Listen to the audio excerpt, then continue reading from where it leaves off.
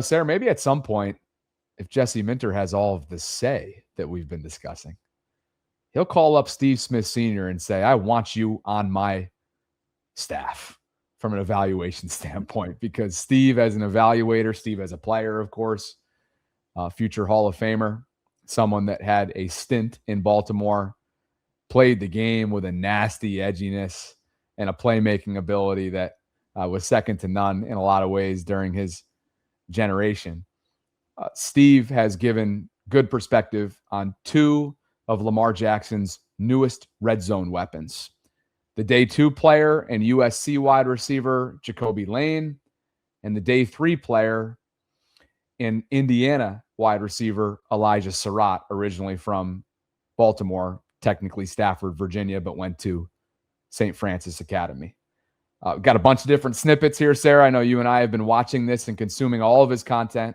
Both of these players, for starters, found their way into his top 20 that he released within the last week or so. And what I mean by top 20 is wide receiver prospects from this year's class. We also know, as we shared yesterday, that the Ravens need help at the wide receiver position. And that certainly is indicated by this statistic right here, that no other wide receiver league-wide last year had a higher percentage of a team's total receiving yards in 2025 than Zay Flowers at 62.2%. So in comes Jacoby, in comes Elijah. Are we saying that both of these guys are going to be bona fide 1,000-plus yard receivers right out of the gate? Are we saying that they're going to get a hefty amount of target shares? No. But perhaps they'll help out inside the 20s, as they both did successfully during their respective collegiate tenures. Elijah played at a bunch of different schools. And, of course, Jacoby was at USC. Do we want to go in draft order here in terms of chronologically?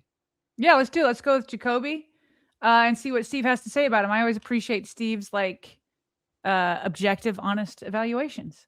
Off we go, courtesy of Steve Smith's YouTube profile.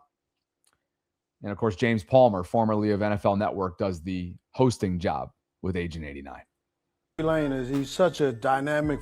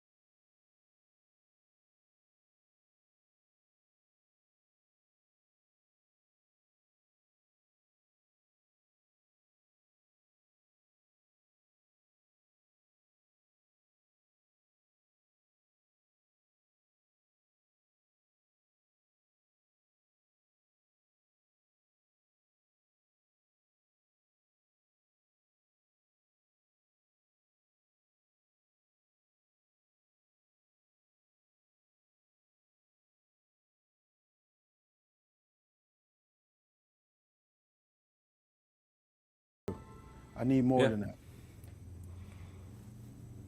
Here we go right here.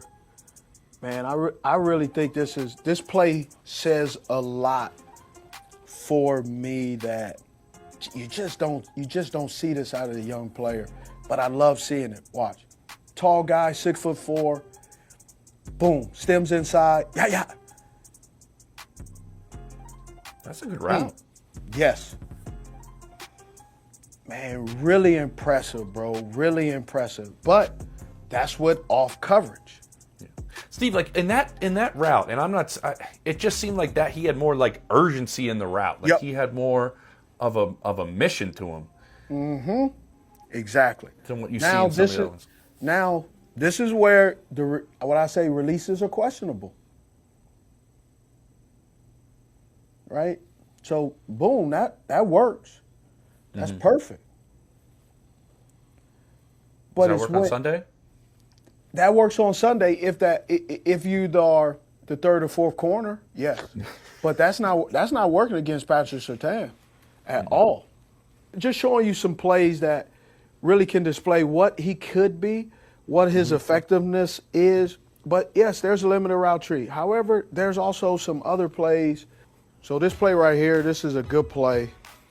It just shows. Now, I question everything about the release. +3 from the hash, -3 from the numbers, which indicates that they're going to motion outside. When they motion outside, corner already knows. Corner's like, hey. So what does he do? You get the linebacker, and he comes out, he backs up and says, hey, I don't want to get ran by. So again, he puts hands on him, and bang, look at that. But he comes up with the catch. Yeah, came back to the ball pretty well there. He comes back to the ball. Now he's a kind of a hopper back to the ball, but you know that's part of understanding the type of player that you have. But again, if it is thrown in his vicinity, he is going to catch the football. Look at that. It's going back. Man, that's a great catch. So, I like what he brings to the table. I like what he can be. Man, it's really just the perfect fit for him, right? Okay. And in the perfect fit, you can't expect this kid just because he's 6'4" to all of a sudden he answers all your troubles. He can't fix that. So for me, my comp, you ready for this one? My comp reminds me very much of the SMU guy, Courtland Sutton. Whoa. Courtland Sutton. Courtland Sutton. Now he's not built like Courtland Sutton. No, he's not, but he does. But I see the style of play. Style of play, yes. Yeah. The style of play. If that lives up to the billing, Sarah, as you and I discussed yesterday, that'll be a reach well accepted for sure. I think they did reach on this player when it comes to the consensus in terms of where he was projected. You see some of the honest assessment details there from Steve. It's a guy that, when pressed at the collegiate level, struggled. What you don't question is his catch radius, the 4.47 speed, knowing that he is 6'4" and change, ability to come down with highlight reel type catches. I'm going to run that reel coming up in just a second as you share your thoughts on what you just heard there. But it's a player that, again, can come in perhaps on a rotational standpoint this year or next year and be an option for Lamar in the red zone where they've struggled mightily last year. He was number 5 in his class with 50% of the targets going for a first down or touchdown. He drew 12 DPI penalties. That was first in his class. And 31% of his targets were contested. That was third in his class. So nobody's saying here, as some are suggesting in the live chat, that he's going to come in and take guys' jobs right out of the gate. It's a weapon that now joins a room that's relatively packed. Devontae Walker and Rashad Bateman, consider them on notice. It was a reach by definition, in my opinion, but it's a player with upside, and it's compelling to have that type of big body talent that's now in your building. Yeah, I also don't know that it was Eric DeCosta's first choice. I mean, he has said that he was surprised by the centers were gone by the time he was back up on the clock in the 3rd round. So, yeah, I mean, this is all fair. I mean, Steve Smith can see it, where they know how to move the ball between the 20s, no doubt. And so, well, ultimately what's going to happen, this is what's going to determine, Jacobe's fate, is during practice, during training camp, all that kind of stuff. Will Lamar Jackson give him a chance when he's not open and throw it to him and see if he comes down with it anyway? Because Lamar could do that with DeAndre Hopkins. You saw it. DeAndre wasn't always open, especially in those first two weeks, and DeAndre came down with the ball anyway. So if Lamar and Jacobe figure out some chemistry, and Jacobe can say, hey, I've got my QB, because even though I don't look up, I can't tell you how many times Anquan Bolton didn't look open. Just use Hopkins as another example. If he can show Lamar, hey, throw it to me anyway, I promise I will come down with it, then that's what's going to determine his fate. There's obviously some opportunities to learn about different releases, how to beat man coverage, all that kind of stuff. But at the end of the day, he's going to have to develop that chemistry with Lamar and develop that trust with him throughout these practices throughout the summer. That was the 3rd round selection by the Ravens on day 2 with the 80th overall pick, the USC wide receiver, Jacobe Lane. Little did we know they would go back to back at that position and double dip on another wide receiver with Baltimore ties, having played his high school football at St. Francis Academy. So now in comes Sarah, the national champion winning wide receiver, Elijah Sarratt. And yet again, a red zone threat, somebody that had a ton of success in the red area during his time at college, played for 3 different schools, including the last 2 with Kurt Signetti and Fernando Mendoza in Bloomington, won a national championship, over 3,600 career yards he racked up with 44 career touchdowns. Everywhere he's ever gone, this guy has produced. Steve Smith talking Elijah Sarratt, the 4th round selection by the Ravens in this past weekend's draft. Physical possession receiver, right? Led his class in man-to-man coverage on touchdowns. That's national champ from Indiana. 2nd, 3rd round, Elijah Sarratt. Okay. Like the kid, you know, I love to call him, he's the bow-legged bandit. He does some really good things. A lot of the media and the hype is around Omar Cooper. And just for the audio-only audience there who couldn't see it and he doesn't reference it, both Jacobe and Elijah made their way into his top 20 wide receiver prospect list. Elijah actually was 4 slots ahead of Lane at 14. Jacobe was at 18. So just for the audio side of things, that was the graphic that was just up on the screen with Steve's rankings. Yes. Junior, but this kid did everything, didn't complain, didn't look at the fame and the spotlight moving off of him. It went to Omar Cooper Jr., rightfully so. And, man, he just kept chopping wood. He was with Signetti at James Madison, right? And Yep. then ends up and going then transferred to Indiana. over. Yep. Indiana with him, former basketball player, so has some really good body control, body movement in that sense. I do like that he can kind of do a couple of different things for you, Steve. I was curious because teams are trying to put it out there going, is he a big slot? Can he play outside? Like, what would you do with him if I think you you put him you put him in offense? both slots. Okay. You put him to see which one does he look fluid in, and also, you know, we need to figure out, are we trying to put a square through a round hole? So we don't want to force him to be something he isn't. This was an interesting take, and I always wanted your opinion on this because you could take this a couple ways. More than one team told me, like, we like him, we think he's a good football player, but when we talk to people at Indiana, they'll even tell us he's kind of maxed himself out, if that makes sense. He's gotten to his ceiling almost already. And there's 2 ways I think you can look at that. One, this dude is a worker. Like, teams have said it. Like, and he will put his head down. He's not very vocal, but he'll be a leader. He was a captain. He'll work. He seems like he's almost gotten, Steve, everything out of his own athletic ability already. Yeah. I think that's a great compliment in terms of what he's done with himself, but also teams look at that as a detriment sometimes, going, well, I don't get any more ceiling out of him. I know exactly what I'm getting.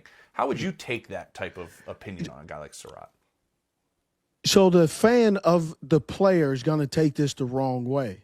And I understand that. Fight for your player, represent your squad.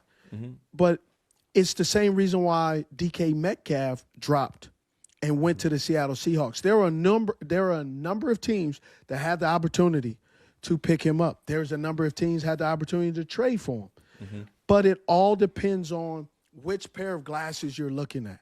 Do you want the upside, the immediate impact, or do you want the development? And sometimes maybe a little bit of, hey, we may have to sit and wait for him to get it all together. It really just depends on where your head is at as a coaching staff. And also, are you on the chopping block? Are you on the hot seat? If you're on a hot seat team, you don't pick a guy like this. Right? So that's what that's the biggest thing I would say.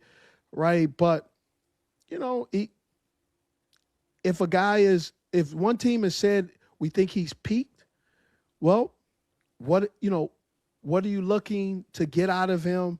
Is it And you're where you trying are to go as an these organization, four, right? you're trying to go four years with him, and then you're going, hey, after that, we'll let him hit free agency.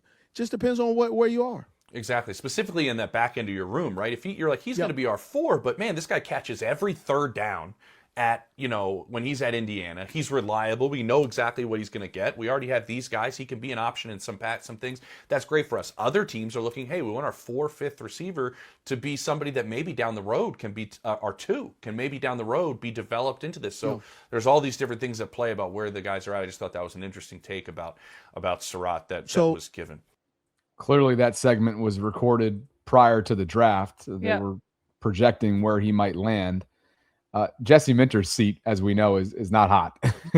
Just getting started. He probably hasn't even sat down in his seat yet because of how much life has been a blur in recent months there. But good stuff there. I'm going to run the highlight reel here as you react to Steve's thoughts there. But again, a player that, look, do the Ravens feel like he's peaked?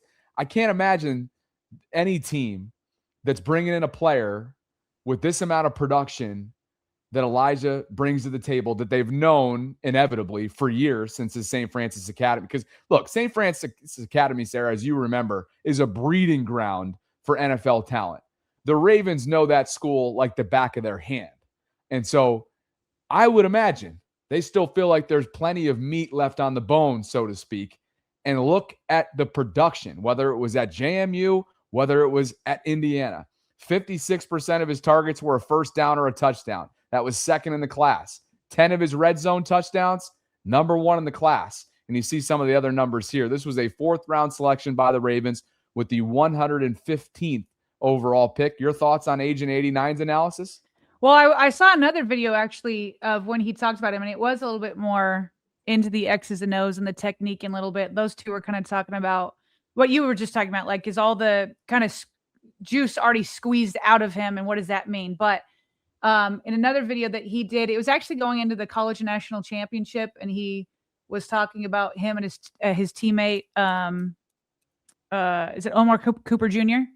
Which I'm glad you just brought that up, because both of these Yeah. players that we've discussed so far Yeah. had their teammates within their wide receiver room hear their names called in the first round. Mekhi Lemon, first round. Omar Cooper, first round. Yeah. Yeah, exactly. So anyway, in that one though, he went into a little bit more of what he liked about him in terms of, so what we were just talking about with Jacobe, what Sarratt does have is he does have a nice release. When you look at the way Steve broke it down in another video, he is savvy. I mean, he talked about his hand placement, his shoulder placement, the timing of it all. He talked about more pro-ready route running. So Sarratt is not a burner either. Neither of these guys are burners. And of course, you would expect Jacobe to be at 6'4". Sarratt isn't either, but he is more savvy. And the quote that he had was that he's more pro-ready. And he was more polished. And we know about the back shoulder throws, that catches that he can reel in from quarterbacks. And so the other thing here about, like, it's not just the production. You just talked about the production, which is awesome. And it was on a national championship team. He did it under the brightest lights that there can be at the college level. This whole idea of, has he maxed out? Well, here's the thing. He was a 0-star recruit. That's the truth. So people didn't see the potential in him in the first place. And they talked about him being a workhorse. And so there is, to me, a little bit of, I get why he dropped to the 4th round. He's not a burner. You might be thinking he's maxed out, but people already thought that about him. And so he is kind of the guy with his story, where he goes to, first these smaller schools, then transfers to Indiana. Steve Smith saw himself in that a little bit. He's like, I didn't have these big teams knocking on the door. That's why I ended up eventually at Utah. It wasn't like the SE teams or these bigger, well-known teams. And so, he did talk about, like, him being a worker, him being a captain. So we'll see. He isn't a burner, but he's got production and he's got the mental makeup to continue to defy odds. And so to me, he's extremely intriguing when you talk about his technique, his route running, his savviness, that he's already squeezed so much out of himself when nobody thought he could. So is there another level that nobody's seeing right now in him? Ravens are banking on that perhaps with Kerry Colbert and Prentice Gill, their wide receiver coaching staff. And by the way, Prentice was at USC for much of the last decade. Perhaps that was a hand selection, or maybe he stood on the table for Jacobe Lane. You heard Steve Smith Sr. comp from a play style standpoint, Jacobe to Cortland Sutton. Lance Zierlein, NFL.com, has Alan Lazard, not for Jacobe, but for Elijah Sarratt. And his breakdown is as follows. A big receiver whose competitiveness and elite catch phase execution allow him to overcome his athletic limitations. While he's nicknamed Waffle House, like we discussed, because he's said to be always open, Sarratt sees a high number of contested targets versus man coverage. He's tight-hipped with below-average foot quickness and falls below the line as a separator. You're seeing some of the reasons why he was a fourth rounder, as you've alluded to. Once the throw goes up, however, he consistently beats corners with size, body control, and catch space strength to clean up. He'll face press matchups that leave his catch column dry, but he's built and wired for possession targets over the first two levels. And as you can see under the strength category here, he had a signature game, and games plural, against the Oregon Ducks. 15 catches for 196 yards and 3 touchdowns. And that was a formidable opponent, to say the very least. So those are the two new targets that are now at Lamar Jackson's disposal. We have a compelling poll as we approach 500 votes that should be mentioned here briefly. We asked you who will be the more dynamic red zone threat in Baltimore this year. And 53% of you say Elijah Sarratt. 47% of you say Jacobe Lane. So good little debate being had there, Sarah, within the live chat as we speak. I just want to add one more layer onto this. Like I am interested and a little bit more intrigued with these guys. I know there's a history of drafting wide receivers with the Ravens. I'm very interested to see Minter and Declan Doyle, because this does feel like almost like puzzle pieces, the way they draft, right? Like they know what they have. And so like, I think I said this yesterday where it didn't feel as strongly as like a BPA kind of draft for the Ravens, where, you know, usually everybody's talking about, the Ravens got the best value. And it's like, okay, you got the best value, but did they fit into what you're doing? Do they fit into what your team needs? And so these guys, while in the third and fourth round, so of course they're going to have their warts. Anybody that's even first rounders have their warts, right? But they're going to be more in your face in the third and fourth round. And so it's like they're looking for possession and red zone receivers. That's what they went out and got. They can see all the other problems and maybe they can work through it. So I am like almost wanting to start afresh a little bit with the Ravens' history of developing wide receivers in those middle rounds, because we have a new regime. And I think I give a little bit more leeway and maybe a little bit more optimism to see what Declan Doyle and company can do. All of a sudden, it's a packed room. Right. Zay Flowers, Rashad Bateman, you know, and a handful of guys that are going to be vying and jockeying for positioning here. Devontae Walker, LeJontay Wester, the two rookies that we just discussed, some undrafted rookies like Dayton Wade, who, you know, will make his play, I'm sure, this summer and have a say in sneaking his way onto the 53-man roster, which certainly is a long shot. But it should be fun. And I'm with you too, that ushering in this new regime comes with a level of not only creativity, but maybe even trust as well, or at least a cautious, optimistic trust that can be earned over time.